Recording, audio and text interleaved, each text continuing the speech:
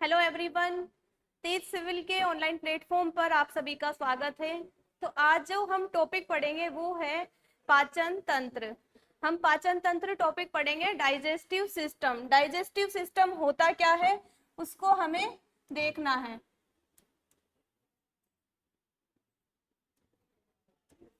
Digestive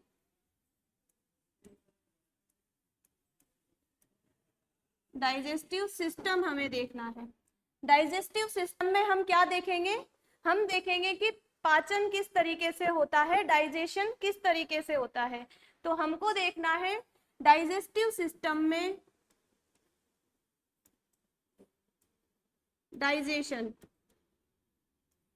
अब ये digestion क्या होता है, डाइजेशन क्या होता है, इसको समझने के लिए हमें देखना होगा कि जो ह्यूमन होता है, जो भी मानव होते हैं वो भोजन करते हैं।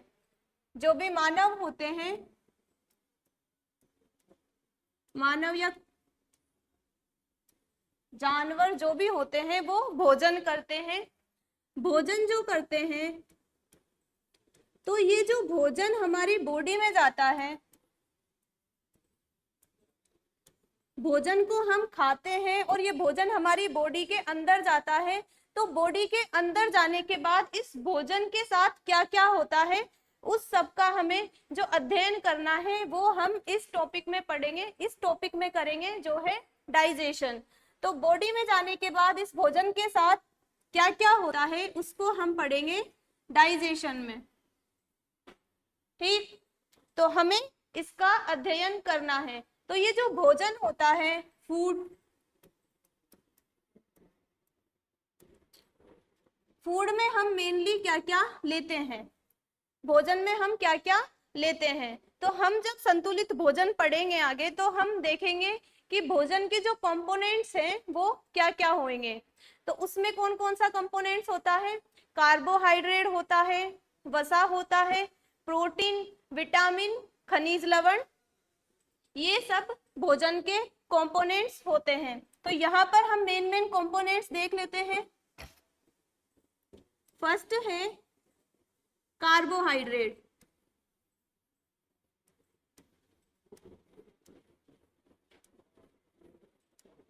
फर्स्ट कंपोनेंट है कार्बोहाइड्रेट। सेकंड हम देखते हैं लिपिड, हिंदी में इसे कहते हैं वसा। थर्ड जो कंपोनेंट है वो है प्रोटीन। थर्ड कंपोनेंट क्या है? प्रोटीन। तो जो हम भोजन लेते हैं उसमें क्या क्या कंपोनेंट्स होते हैं? कार्बोहाइड्रेट होता है, वसा होता है और प्रोटीन होता है। इन कंपोनेंट्स को हम अंदर लेते हैं। ये तीनों कंपोनेंट्स जो होते हैं वो हमें ऊर्जा प्रदान करते हैं। ये तीनों कंपोनेंट्स क्या करते हैं? हमें ऊर्जा प्रदान करते हैं। क्योंकि ये ऊर्जा प्रदान करते हैं इसीलिए इन तीनों कंपोनेंट्स को क्या कहा जाता है? इनको कहा जाता है बायोफ्यूल। इनको कहा जाता है बायोफ्यूल और हिंदी में इनको कहा जाता है जैव ईंधन।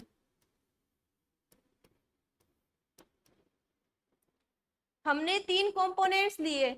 अब ये जो कार्बोहाइड्रेट और वसा और प्रोटीन है ये बड़े बड़े मॉलिक्यूल्स के रूप में होते हैं। ये बड़े बड़े मॉलिक्यूल्स के रूप में होते हैं जब हम इनको अंदर लेते हैं। जैसे कि ये जो कार्बोहाइड्रेट है ये बना होता है सेकेराइड से।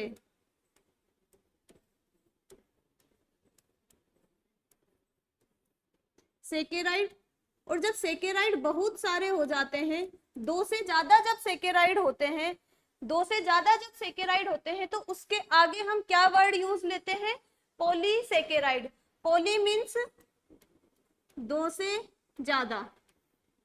तो ये जो कार्बोहाइड्रेट होते हैं वो पॉलीसेकेराइड के रूप में होते हैं। इसी प्रकार लिपिड का जो अणु होता है वो भी बड़ा होता है, प्रोटीन का जो मॉलिक्यूल होता है वो भी बड़ा होता है। तो डाइजेशन में हम क्या करते हैं, ये जो बड़े बड़े अणु हैं इनको हम छोटे छोटे और सरल अणुओं में तोड़कर और उनको हम अपने शरीर के अंदर अवशोषित करवाने का काम करते हैं। कैसे करते हैं? अब ये कार्बोहाइड्रेट है, ये पॉलीसेकेराइड के फॉर्म में है। पॉली मीन्स दो से ज्यादा। अब इस पॉलीसेकेराइड से हमें क्या करना है, इसको मोनोसेकेराइड, और मोनोसेकेराइड में हमें कन्वर्ट करना है, डाइसेकेराइड फिर मोनोसेकेराइड। अब ये पॉलीसेकेराइड है, वो किस में कन्वर्ट करेंगे हम, डाइसेकेराइड में।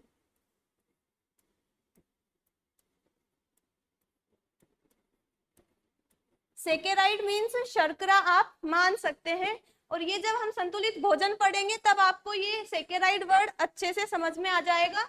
सेकेराइड क्या होती है, शर्करा। तो पोली मीन्स दो से ज्यादा शर्करा थी, दो से ज्यादा शर्करा के मॉलिक्यूल्स थे, उसको हमने दो दो के मॉलिक्यूल्स में कन्वर्ट किया, उसमें दो दो सेकेराइड, उसको इतना तोड़ा हमने कि वो दो दो के अणुओं में कन्वर्ट हो गया। अब डाइसेकेराइड को भी हमें आगे कन्वर्ट करना है, डाइसेकेराइड को आगे कन्वर्ट करेंगे तो क्या बनेगा, दो से एक, तो ये बनेगा मोनोसेकेराइड।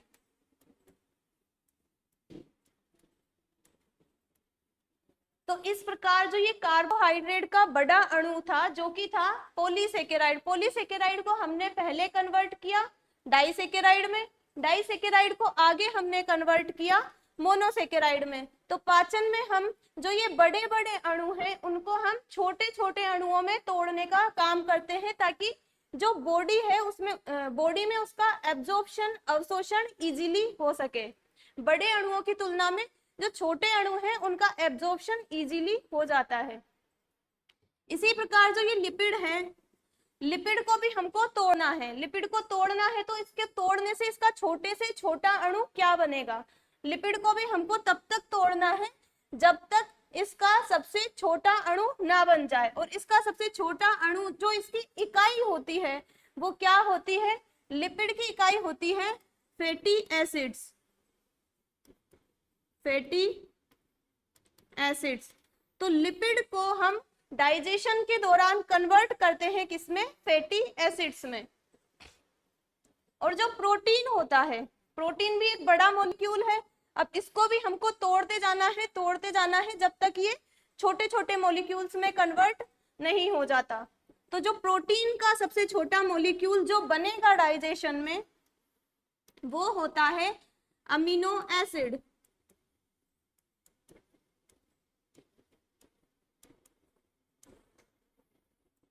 तो डाइजेशन में हम क्या करते हैं, जो बड़े अणु हैं उनको हम छोटे अणुओं में कन्वर्ट करने का काम करते हैं। अब इनको कन्वर्ट करने के लिए यहाँ पर कोई पदार्थ चाहिए होता है जो इनको इसमें कन्वर्ट करेगा, यहाँ पर कोई पदार्थ चाहिए होगा जो कार्बोहाइड्रेट के बड़े अणुओं को छोटे अणुओं में कन्वर्ट करेगा, लिपिड के बड़े अणुओं को फैटी एसिड्स में कन्वर्ट करेगा, और प्रोटीन को एमिनो एसिड्स में कन्वर्ट करेगा। तो ये जो पदार्थ होते हैं उन्हें हम क्या कहते हैं, उन्हें कहते हैं एंजाइम्स। जैसे पॉलीसेकेराइड को डाइसेकेराइड और मोनोसेकेराइड में कन्वर्ट करना है तो इसके लिए आप एक एंजाइम याद रख ले, वो आपके आगे पूरा ये टॉपिक चलेगा उसमें काम आएगा। तो उसका क्या नाम है, उसका नाम है, एंजाइम का नाम है उसका एमाइलेज।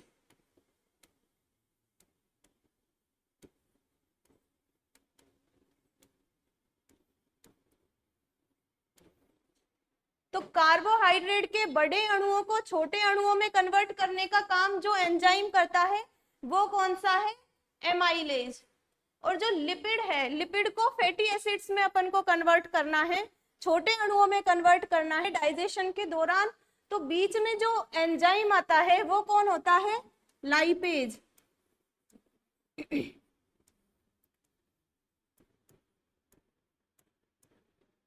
इन एंजाइम्स के नाम आप अच्छे से याद कर ले, पूरे डाइजेशन टॉपिक के दौरान ये जो नाम है ये आपके काम आने वाले हैं।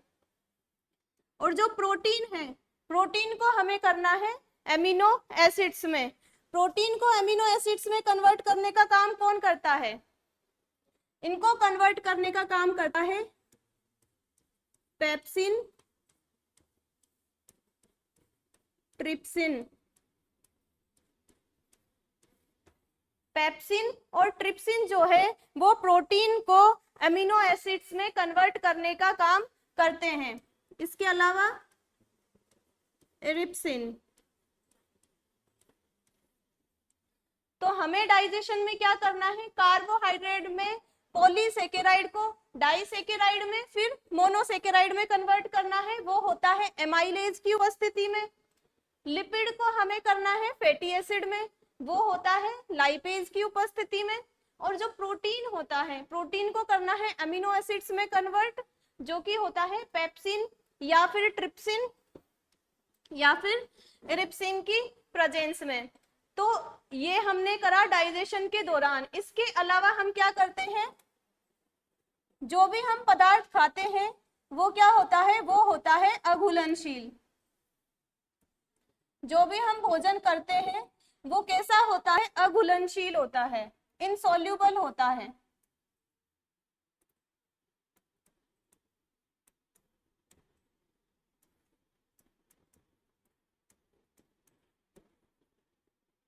इनसॉल्युबल होता है।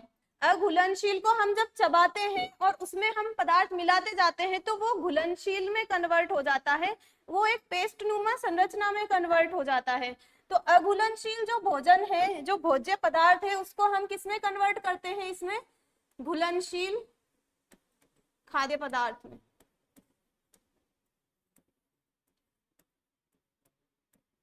सॉल्युबल में। और ये जो बड़े अणु थे, बड़े अणुओं को हम क्या कह सकते हैं, जटिल अणु।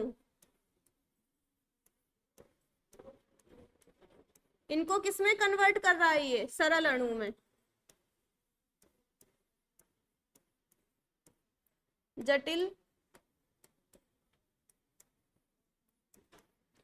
तो डाइजेशन में हम क्या करते हैं, डाइजेशन में हम करते हैं जो हमारे अघुलनशील खाद्य पदार्थ है उसको हम घुलनशील खाद्य पदार्थ में, और जो जटिल अणु हैं उनको सरल अणुओं में परिवर्तित करते हैं, ताकि उनका आगे जाकर अवशोषण हमारी बॉडी में इजीली हो सके।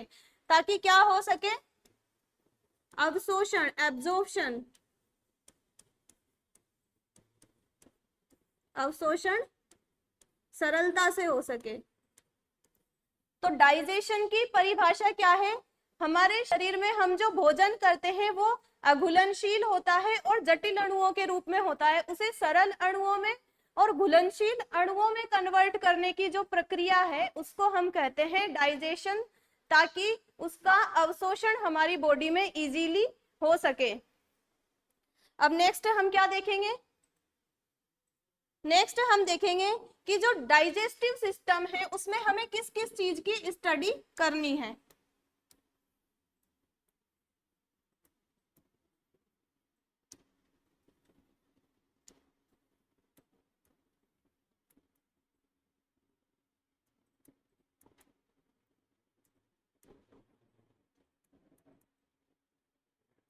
डाइजेस्टिव सिस्टम में, डाइजेशन में जो जो ऑर्गन काम में आते हैं उन सबको मिलाकर क्या बनता है, डाइजेस्टिव सिस्टम। डाइजेशन में जो जो ऑर्गन्स काम में आते हैं उनको मिलाकर हम कहते हैं डाइजेस्टिव सिस्टम। अब डाइजेस्टिव सिस्टम में हमें किन किन चीजों की स्टडी करनी है, तो इसमें हमें दो चीजों की बेसिकली स्टडी करनी है।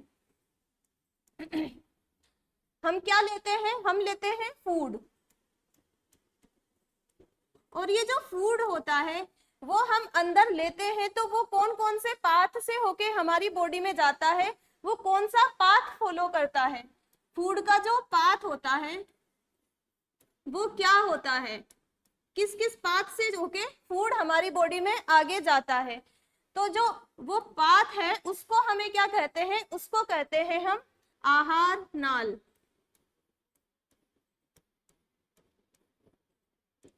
इंग्लिश में कहते हैं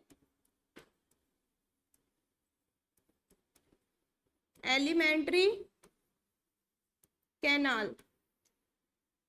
जो भोजन है हमारी बॉडी में जिस जिस पाथ से होकर जाता है वो जो नाल है, वो नाल को हम क्या कहेंगे, आहार नाल या एलिमेंट्री कैनाल। और ये जो एलिमेंट्री कैनाल है वो कितनी लंबी हो सकती है, ये लगभग होती है 9 मीटर लंबी।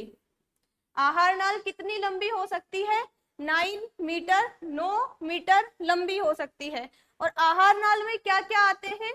ये कहाँ से स्टार्ट होती है? ये स्टार्ट होती है हमारे माउथ से। माउथ से हम लेते हैं भोजन,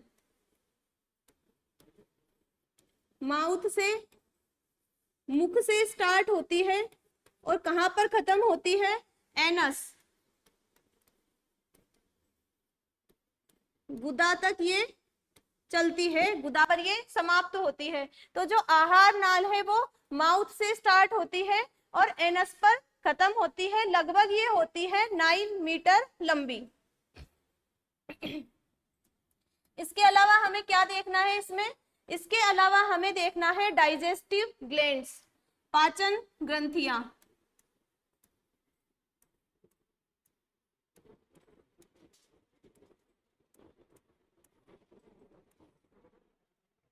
तो हमें क्या देखना है? डाइजेस्टिव ग्लैंड्स कौन कौन सी होती है हमारे पूरे पाचन तंत्र के दौरान। डाइजेस्टिव ग्लैंड्स क्या करती है? हमने अभी देखा था कि जो कार्बोहाइड्रेट है उसका बड़ा अणु है, उसको हमें छोटे अणु में कन्वर्ट करना था। तो बीच में हमने क्या लगाया था? Amylase enzyme.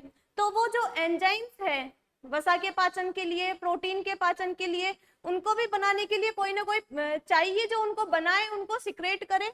तो ये जो पाचक ग्रंथियां होती है वो क्या काम करती है? वो इन एंजाइम्स को बनाने का कार्य करती है। डाइजेस्टिव ग्लैंड्स इनको बोलते हैं इंग्लिश में।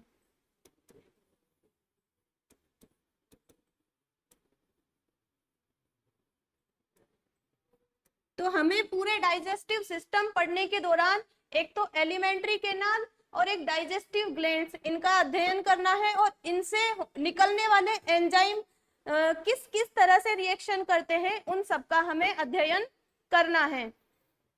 तो हम नेक्स्ट क्या देखते हैं? नेक्स्ट हम देखते हैं जो हमारी एलिमेंट्री कैनाल है, एलिमेंट्री कैनाल को हम देखते हैं। ये हम बना रहे हैं एक ह्यूमन बॉडी।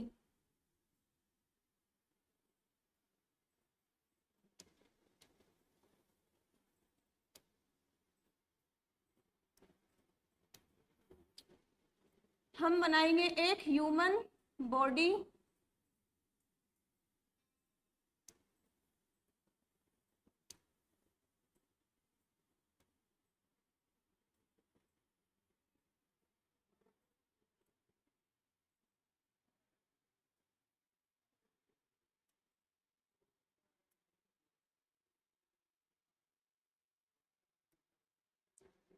तो सबसे पहले हम देख रहे हैं एलिमेंट्री कैनाल। अब एलिमेंट्री कैनाल मैंने क्या कहा था? हमने कहा था कि ये होती है मुख से स्टार्ट। तो हम यहाँ माउथ जो है इसका, ये जो ह्यूमन बॉडी हमने बनाई है इसका माउथ जो है उससे हम एलिमेंट्री कैनाल स्टार्ट करते हैं। माउथ से स्टार्ट होती है, फिर नीचे जाती है। तो इसके हम पार्ट्स का नाम भी लिखते जाते हैं साथ साथ। सबसे पहले हमने क्या बनाया इसमें? माउथ। तो सबसे पहले एलिमेंट्री कैनाल में क्या आता है? माउथ। माउथ आता है, फिर उसके बाद क्या आता है? माउथ के बाद जो ये कैविटी है जिसमें जीभ होती है, दांत होते हैं, ऊपरी जबड़े और निचली जबड़े के बीच में हमारी जो कैविटी होती है उसको क्या कहते हैं? उसको कहते हैं बकल कैविटी या मुख गुहा। तो सेकंड पार्ट क्या है? सेकंड पार्ट है इसमें बकल कैविटी।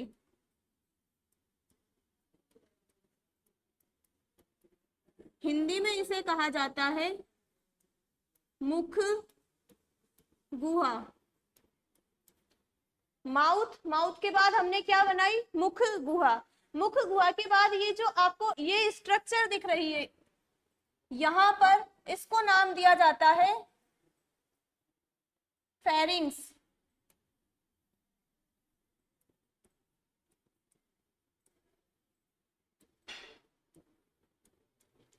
फेरिंग्स।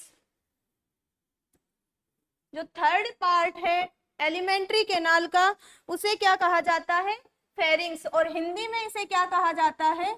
हिंदी में इसे कहा जाता है ग्रसनी। आप इंग्लिश जो टर्म्स हैं उनको ही याद रखें। तो सबसे पहले हमने इसमें क्या देखा? सबसे पहले इसमें होता है माउथ। माउथ के बाद जो अंदर जो ओपनिंग होती है, जिसमें ऊपरी जबड़े और निचले जबड़े के बीच में जो संरचना होती है, जो कैविटी पाई जाती है, उसको हम क्या कहते हैं? Buccal cavity. फिर उसके बाद इसके खत्म होने के जस्ट बाद जो संरचना स्टार्ट होती है उसे हम कहते हैं फेरिंग्स या ग्रसनी। उसके बाद हमने एक लंबी नलीनुमा संरचना बनाई, इसको हम क्या कहेंगे? इसको हम कहेंगे ईसोफेगस।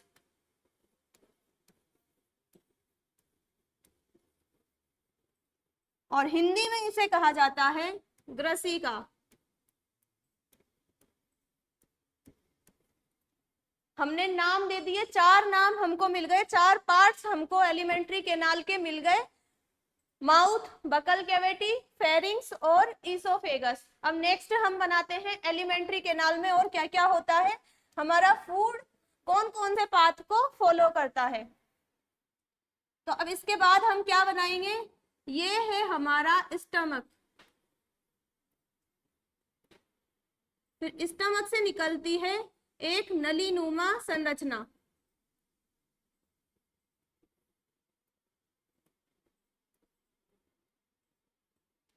स्टमक हमने बनाया, फिर उससे एक नलीनुमा संरचना निकलती है और ये बहुत ही कुंडलित रूप में फैली हुई रहती है।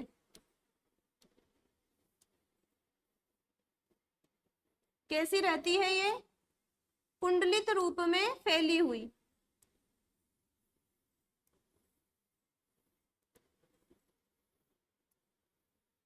इस तरह से ये कुंडलित रूप में फैली हुई रहती है। फिर ये यहाँ पर एक बड़ी नली में खुलती है।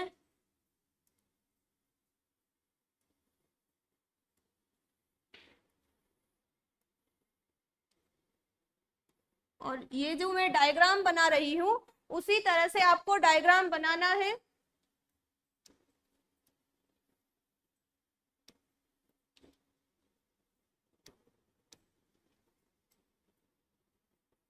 फिर ये बड़ी नली जो होती है आगे जाकर इस तरह से गुदा का निर्माण करती है।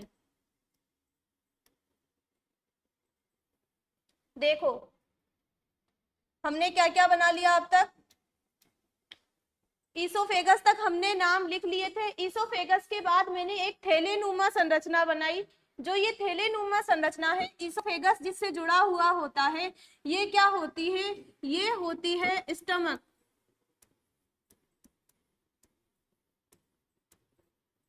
स्टमक इसे कहते हैं और इसे हिंदी में कहा जाता है आमाशय।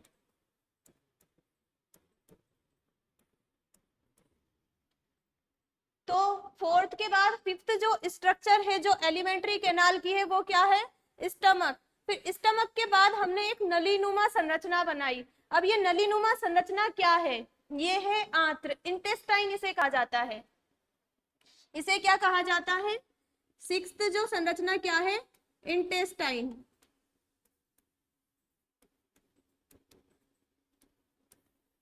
हिंदी में इसे कहते हैं आंत्र। इसको मैंने अलग से क्यों लिखा?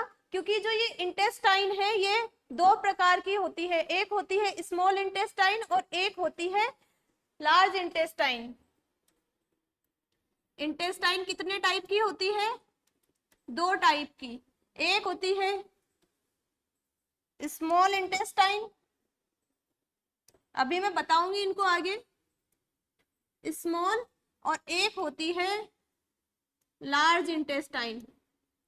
अब ये जो छोटी छोटी जिसका व्यास छोटा है वो कौन सी इंटेस्टाइन है? Small intestine. व्यास मीन्स ये जो चौड़ाई जिसकी छोटी है, जिसकी चौड़ाई छोटी है, जिसका व्यास छोटा है, वो तो है स्मॉल इंटेस्टाइन। और जिसका ये व्यास हमने बड़ा बनाया है, क्योंकि इसका व्यास बड़ा है इसलिए इसको कहा जाता है लार्ज इंटेस्टाइन। और ये जो छोटी व्यास वाली हमने नलिका बनाई है इसका व्यास छोटा है, इसीलिए इसको कहा जाता है स्मॉल इंटेस्टाइन। तो आपको समझ में आया होगा कि स्टमक के बाद हमने क्या बनाई है, स्मॉल इंटेस्टाइन। फिर स्मॉल इंटेस्टाइन आगे चलती जाती है, ये कुंडलित रूप में यहाँ पर व्यवस्थित है। फिर जो स्मॉल इंटेस्टाइन आगे जिस नली में खुलती है उसे क्या कहा जाता है, लार्ज इंटेस्टाइन, क्योंकि उसका जो व्यास है वो ज्यादा है।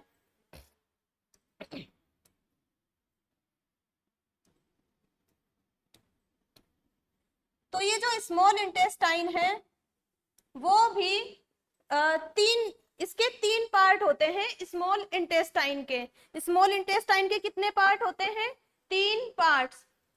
तो ये जो फर्स्ट पार्ट है इसको क्या कहा जाता है, इसको कहा जाता है डुडेनम। फर्स्ट जो पार्ट है उसको क्या कहा जाता है, उसको कहा जाता है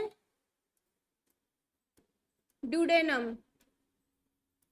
इनको आप इंग्लिश टर्म ही याद रखें, इंग्लिश टर्म ही इनकी याद रखें। डुडेनम को हिंदी में क्या कहा जाता है, ग्रहणी। तो जो स्मॉल इंटेस्टाइन का फर्स्ट पार्ट है उसको कहा जाता है ड्यूडेनम। और जो दूसरा पार्ट है, ये जो यहाँ पर एंटर कर रहा है लार्ज इंटेस्टाइन में, हम इस, क्योंकि ये पीछे है, ये जो स्मॉल इंटेस्टाइन है ये हमने बना दी, लेकिन ये थोड़ा पीछे है, तो इसको हम इस तरह से बना देते हैं। ये लार्ज इंटेस्टाइन और ये स्मॉल इंटेस्टाइन पीछे से अंदर जा रही है एक नलीनुमा संरचना के रूप में। तो हमने जो फर्स्ट पार्ट है वो कहा, उसको हमने कहा ड्यूडेनम। अब जो सेकंड पार्ट है स्मॉल इंटेस्टाइन का वो ये है, और इसका नाम है जेजुनम। फर्स्ट पार्ट है ड्यूडेनम और सेकंड पार्ट क्या है, जेजुनम।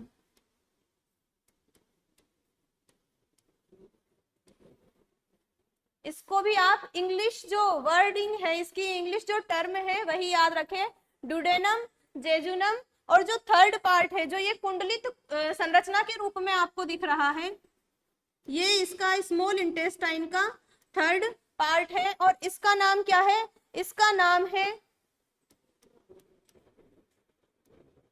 इलियम। ड्यूडेनम, जेजुनम और ilium.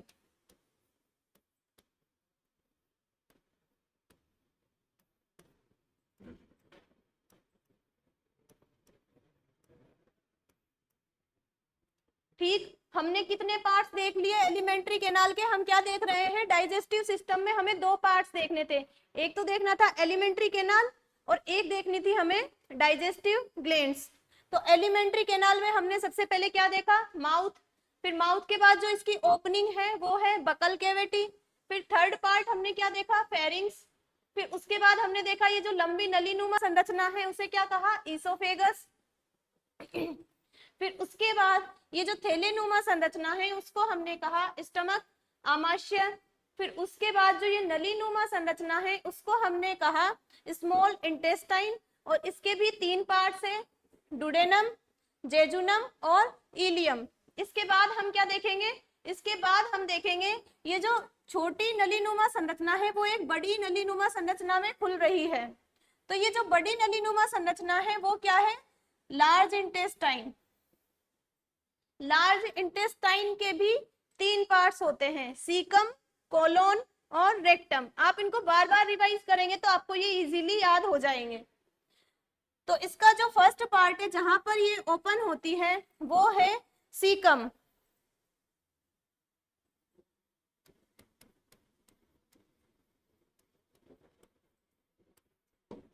First part large intestine का क्या है, सीकम।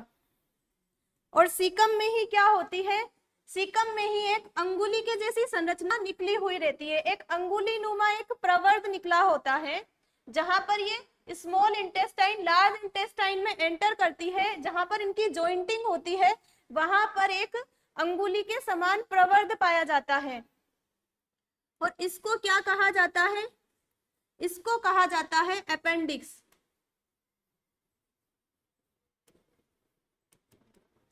इसको क्या कहा जाता है, अपेंडिक्स।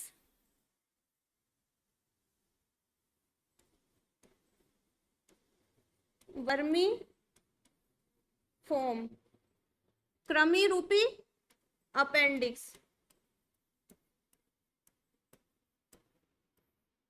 हिंदी में इसे कहा जाता है परिसेशिका। मैं फिर कह रही हूं, आप इंग्लिश टर्म ही याद रखें।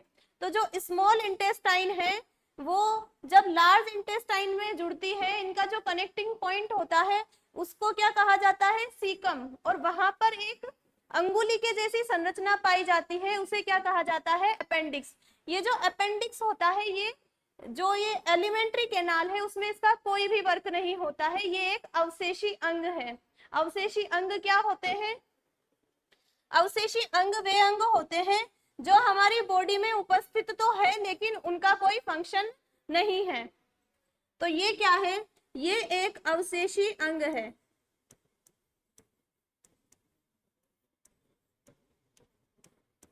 अपेंडिक्स।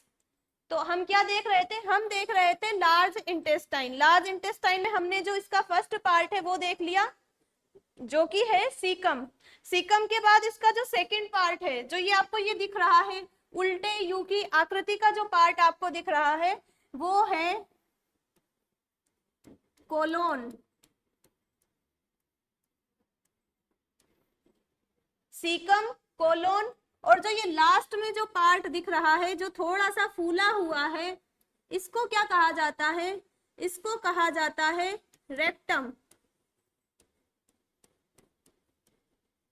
और हिंदी में इसे कहा जाता है मलाशय। रेक्टम, हिंदी में इसे कहा जाता है मलाशय।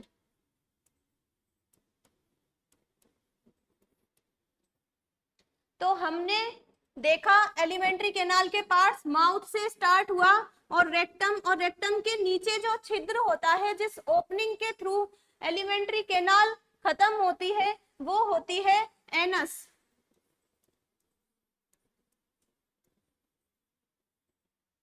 तो हमने देख लिए एलिमेंट्री कैनाल के पार्ट्स, ये सारे पार्ट्स हमने देख लिए। और इसके अलावा भी एलिमेंट्री कैनाल में स्ट्रक्चर्स पाई जाती है, तो उनको भी देखिए।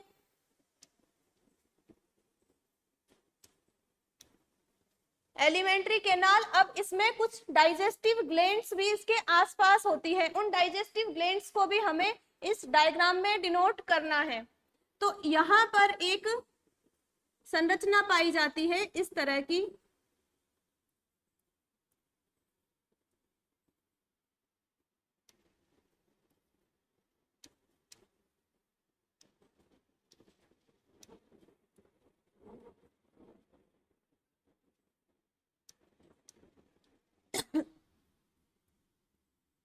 ये जो संरचना हम बना रहे हैं ये क्या है, ये है लीवर। और इस जगह भी एक स्ट्रक्चर पाई जाती है जिसकी ओपनिंग होती है छोटी आंत में। तो हमने यहाँ पर दो स्ट्रक्चर बनाई,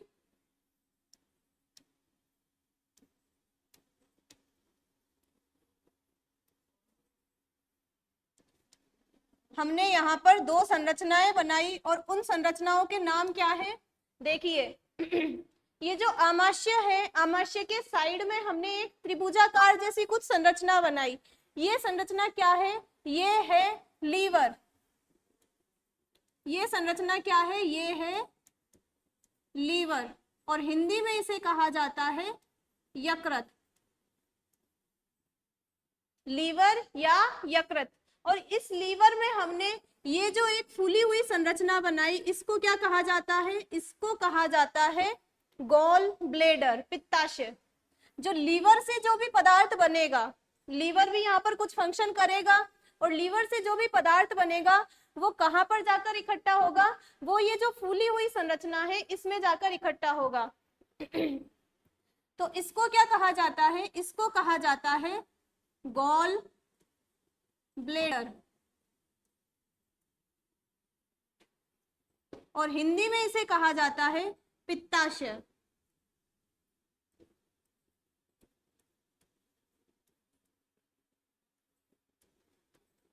ठीक, लीवर देन गोल ब्लेडर। अब ये जो गोल ब्लेडर की जो नलिका है वो कहाँ पर खुल रही है, ये एक नीचे हमने एक और स्ट्रक्चर बनाई है, उसमें खुल रही है। तो ये जो नीचे स्ट्रक्चर बनाई है उसका नाम क्या है?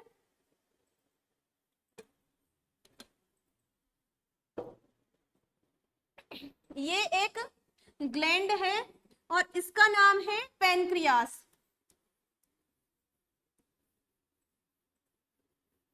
और हिंदी में इसे कहा जाता है अग्नाशय।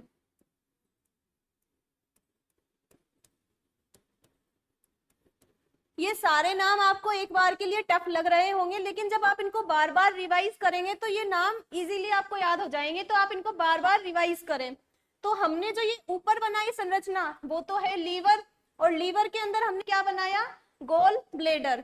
अब गोल ब्लेडर में जो ये नलीनुमा संरचना है, गोल ब्लेडर के जो पदार्थ है वो कहाँ पर जाकर खुल रहे हैं? पेनक्रियास में। पेनक्रियास की जो नली है वहां पर जाकर गोल ब्लेडर से निकलने वाले पदार्थ खुल रहे हैं। तो ये है पेनक्रियास। तो हमने दो डाइजेस्टिव ग्लैंड्स यहाँ पर बना ली, लीवर और पेनक्रियास। और पेनक्रियास की ओपनिंग कहाँ पर है? देखिए कहाँ पर है? डुडेनम में। ठीक है, तो हमने ये एक डाइजेस्टिव सिस्टम का एक डायग्राम बना दिया है और इसके सारे जो नाम है, इसके पार्ट्स है, उनको हमने डिनोट कर दिया है। तो इनको हम एक बार अलग से लिख लेते हैं। तो कौन कौन से पार्ट्स थे?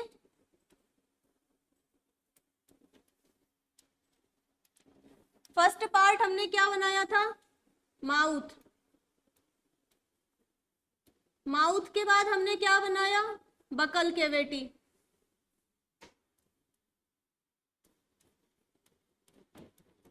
बकल कैविटी के बाद क्या? फेरिंग्स। इनको हम आगे और डिटेल में स्टडी करेंगे। Mouth, buccal cavity, pharynx. उसके बाद हमने क्या बनाई? ईसोफेगस। ईसोफेगस के बाद हमने बनाया स्टमक। स्टमक के बाद हमने बनाया इंटेस्टाइन। स्टमक के बाद हमने क्या बनाई? इंटेस्टाइन। तो सिक्स्थ पार्ट क्या था? इंटेस्टाइन, जिसको हिंदी में क्या कहा जाता है? आंत्र। इंटेस्टाइन हमने दो टाइप की बनाई थी, जिसका जो व्यास है वो छोटा था, जिसका जो चौड़ाई है वो छोटी थी, उसको हमने छोटी आंत कहा था, और जिसकी चौड़ाई बड़ी थी, व्यास बड़ा था, उसको हमने बड़ी आंत कहा था। तो इंटेस्टाइन में हमने क्या क्या देखा? इंटेस्टाइन में फर्स्ट है स्मॉल इंटेस्टाइन,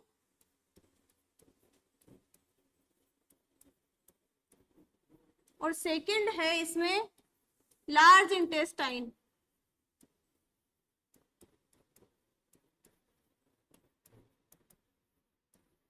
स्मॉल इंटेस्टाइन और लार्ज इंटेस्टाइन। अब स्मॉल इंटेस्टाइन के भी हमने तीन पार्ट्स देखे थे, और जो लार्ज इंटेस्टाइन है उसके भी तीन पार्ट्स देखे थे।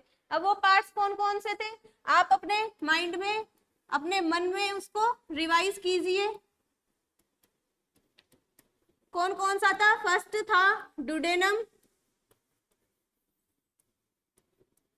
सेकंड क्या था? जेजुनम। और थर्ड पार्ट क्या था?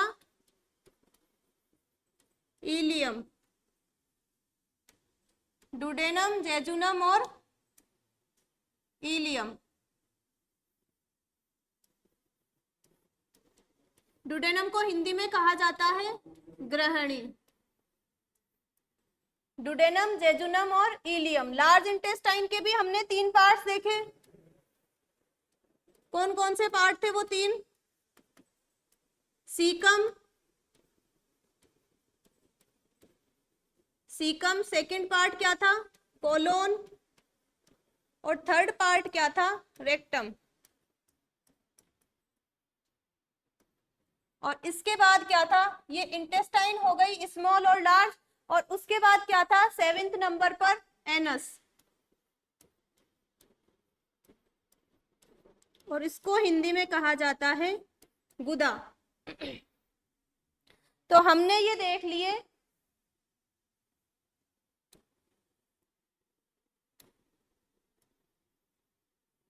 Parts of alimentary canal. और एलिमेंट्री कैनाल के हमने पार्ट्स अब देख लिए, तो अब हम देखेंगे कि एलिमेंट्री कैनाल में क्या क्या होता है, फूड का आगे क्या क्या होता है। हमने खाया, फिर खाने के बाद डाइजेशन हुआ, फिर उसके बाद क्या होगा। तो ये सारी हम एक स्टेप वाइज देख लेते हैं कि स्टेप वाइज प्रोसेस हमारे फूड के साथ क्या क्या होती है और किस प्रकार से हमको अंत में जाकर ऊर्जा मिलती है। तो वो स्टेप हम एक बार देख लेते हैं।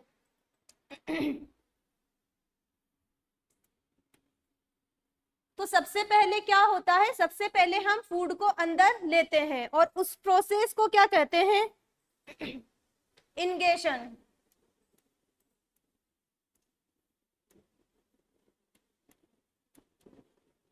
और हिंदी में इसे कहा जाता है अंतर्ग्रहण।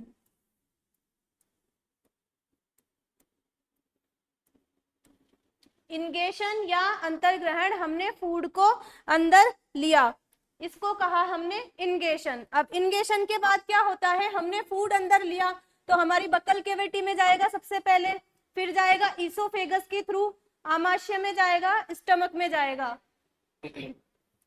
तो वहां पर क्या होगा इसका, वहां पर होगा इसका डाइजेशन, पाचन वहां पर होगा। डाइजेशन के बाद क्या होगा, डाइजेशन में क्या होगा, हमने देखा था ना कि जो कार्बोहाइड्रेट है, प्रोटीन है, वसा है, वो बड़े बड़े मॉलिक्यूल्स हैं, उनको हमने छोटे छोटे मॉलिक्यूल्स में कन्वर्ट कर दिया। अब हमने उनको छोटे मॉलिक्यूल्स में क्यों कन्वर्ट किया, क्योंकि हमारी बॉडी उनको एब्जॉर्ब करेगी। कैसे एब्जॉर्ब करेगी, ये हमने जो डाइजेस्टिव सिस्टम देखा है, इसके आसपास पूरे डाइजेस्टिव सिस्टम में आसपास क्या लगी होगी, ब्लड वेसल्स। जैसे ये छोटी आंत है, इसके पास भी कोई ब्लड वेसल होगी, यहाँ बड़ी आंत के पास भी कोई ब्लड वेसल होगी। पूरे डाइजेस्टिव सिस्टम में ब्लड वेसल्स लगी हुई होती है चारों तरफ। तो हमने जब यहाँ पर भोजन का पाचन किया, हमने उसको बड़े मॉलिक्यूल्स से छोटे मॉलिक्यूल्स में कन्वर्ट किया।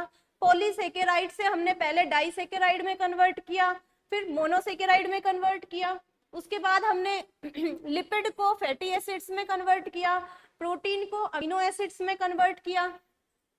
तो जो ये छोटे मॉलिक्यूल से हमने कन्वर्ट ही क्यों किया था, ताकि ये जो ब्लड वेसल्स हैं, वो जो पचित भोजन है, जो हमने डाइजेशन कर लिया, छोटे मॉलिक्यूल्स में कन्वर्ट कर लिया, उनको यहां से एब्जॉर्ब कर सके, यहां से ले सके ब्लड वेसल्स में।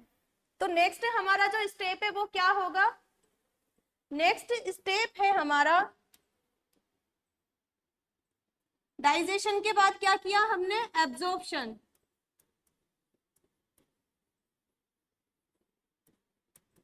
एब्जॉर्प्शन, एब्जॉर्प्शन को हिंदी में क्या कहते हैं, इसको हिंदी में कहते हैं अवशोषण।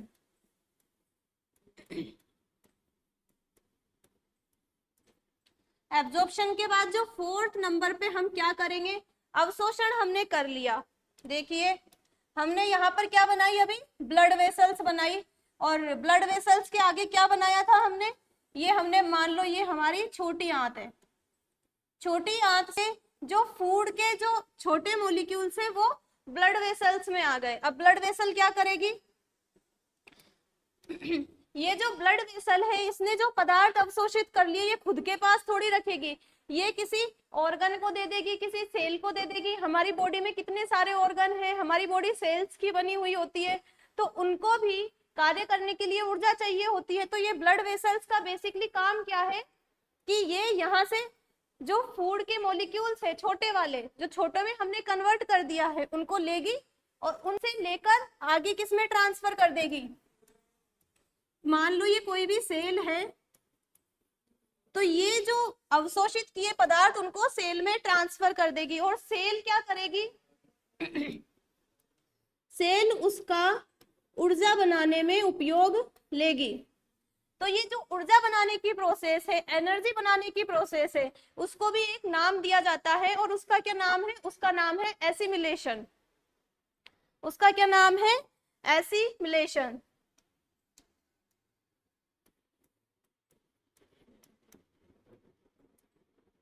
एसिमिलेशन, और हिंदी में उसे क्या कहा जाता है?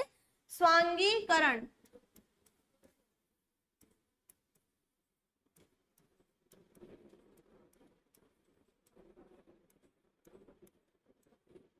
इस वाले प्रोसेस में क्या होता है? स्वांगीकरण में बनती है ऊर्जा। एसिमिलेशन में क्या होता है? ऊर्जा, हमारे जो फूड है उससे ऊर्जा बनने का काम जिस प्रोसेस में होता है वो होता है एसिमिलेशन। एसिमिलेशन के बाद क्या होगा? जो हमारा अपचित भोजन है, जिस भोजन का पाचन नहीं हुआ, वो भोजन, जो बचा हुआ भोजन है, वो हमारे मल के रूप में इकट्ठा हो जाएगा और उसको हमें वो हम क्या करेंगे? उसका हम मल त्यागना प्रोसेस से बॉडी से बाहर कर देंगे।